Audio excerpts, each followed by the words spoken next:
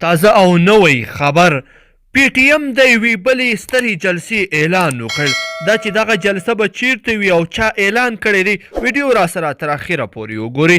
ګرانو لیدونکو السلام علیکم.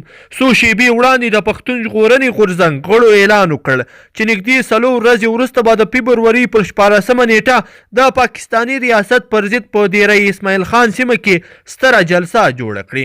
د پښتون ژغورنې غورځنګ یا د لوی غونډه به د منظور پښتین او د دې غورځنګ د نورو غړو د ازادېدو په ننګه او د ریاستي ادارې د جبر ظلم پر ضد په دایره اسماعیل خان سیمه کې وشي.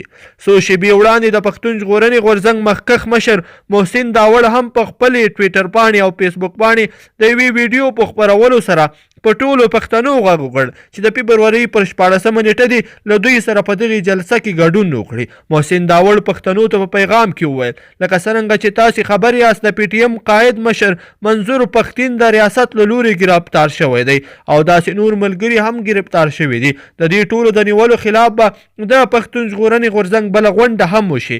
محسن داوړ زیاتوي په دې غونډه کې به د ریاست له لورې په پښتنو د روان جبر او ظلمونو د خلاف د پښتون ژغورنې غورځنګ د دې میاشتې پر 14مه نیټه په دایره اسماعیل خان سیمه کې لویه غونډه وکړي. داوړ په خپل پیغام کې له ټولو پښتنو غوښتي چې په دغې تاریخي او پراخه غونډه کې دې ګډون وکړي.